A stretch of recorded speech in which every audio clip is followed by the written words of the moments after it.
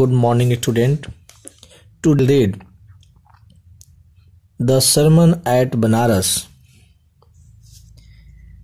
The sermon at Banaras is written by Betty Benshaw.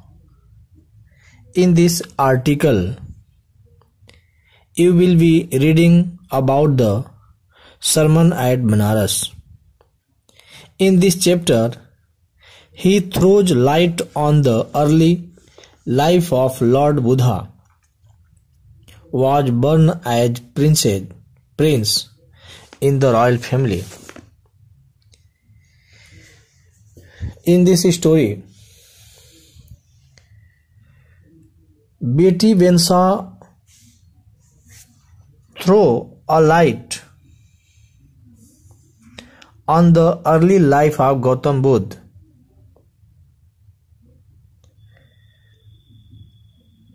who was born as prince in the royal family. His childhood name was Siddhartha Gautam. He was sent to a faraway place to study Hindu sacred scripture at the age of 12. जब Gautam Buddha 12 years के हो गए तो उन्हें धर्म ग्रंथों के अध्ययन के लिए, स्कूली शिक्षा के लिए उन्हें आश्रम भेजना पड़ा. Then upon returning after 4 years, he got married to a princess which name is Yashodhara. Yashodhara नाम की एक राजकुमारी से उनका शादी कर दिया गया. So they both were blessed with a son. Then they continued to live the royal life about 10 years. 10 साल तक उनकी वैवाहिक जिंदगी बहुत ठीक से चली. The royal were shielded from the unpleasant experience of the world. उस समय तक राजकुमार को इस दुनिया की दुख दर्द के बारे में कुछ पता नहीं था. However, one day on his way to the hunt, the prince met a sick man, a aged man, a funeral procession, and a monk who was begging for. Such experience acted as an eye opener for him. ये कहा जाता है कि एक दिन की बात है, जब राजकुमार शिकार करने के लिए जंगल में जा रहे थे तो वे रास्ते में एक सिक मैन यानी बीमार आदमी को देखे, एंड ए एजेड मैन एक बूढ़े आदमी को देखे, एंड ए फनरल प्रोसेशंस एक दाह संस्कार करने के लिए अंतिम यात्रा में लोग जा रहे थे, एंड ए मक एक सन्यासी. इन सबों के बारे में जब उनको पता चला, जब पूछा गया कि यह आदमी बीमार क्यों है, जब उन्होंने पूछा कि यह आदमी बीमार क्यों है, तो लोगों ने बताया कि ये तो होता ही है, शरीर की कमजोरी हो जाती है. फिर बूढ़े आदमी को देखा तो उनके मन में प्रश्न उठा कि आदमी बूढ़ा होता क्यों है. मरे हुए आदमी को देखा तो ये सोचने लगे कि आखिर लोग मरते क्यों हैं. ये सब सारे प्रश्न उनके दिमाग में बैठ गया और हमेशा उसकी इको उनके माइंड में घुसती रहती थी. Such experience act as in the opener for him. इस प्रकार की घटनाएं उनकी जिंदगी में एक बहुत बड़ा परिवर्तन की. So he left all the royalty behind to seek a higher sense of the spiritual knowledge. इसलिए उसने निश्चय किया कि इस दुनिया में दुख है तो दुख का कारण भी है, उसका निवारण भी होना चाहिए. इसलिए ज्ञान प्राप्ति के लिए उन्होंने एक दिन अपना घर छोड़ दिया. Then when he attended salvations, he began preaching his first sermon given in the city of the Banaras. जब उन्हें ज्ञान की प्राप्ति हुई तो बनारस शहर में के पास एक सारनाथ है, वहां पर उनका प्रथम प्रवचन हुआ था. There was the lady whose name was the Kisa Gautami, whose son had died. कहा जाता है कि उनके पास में एक किसा गोमती नाम की औरत रहती थी, जिसका एकमात्र इकलौता पुत्र था, वह मर गया था. She was suffering from an ending pain. Thus she went from house to house looking for the medicine to make her son alive.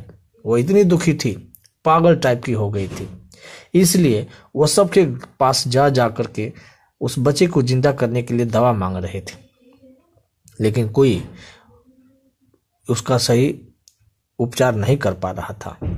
People thought that the lady had lost her sense. लोग सोचते थे कि पागल हो गई है।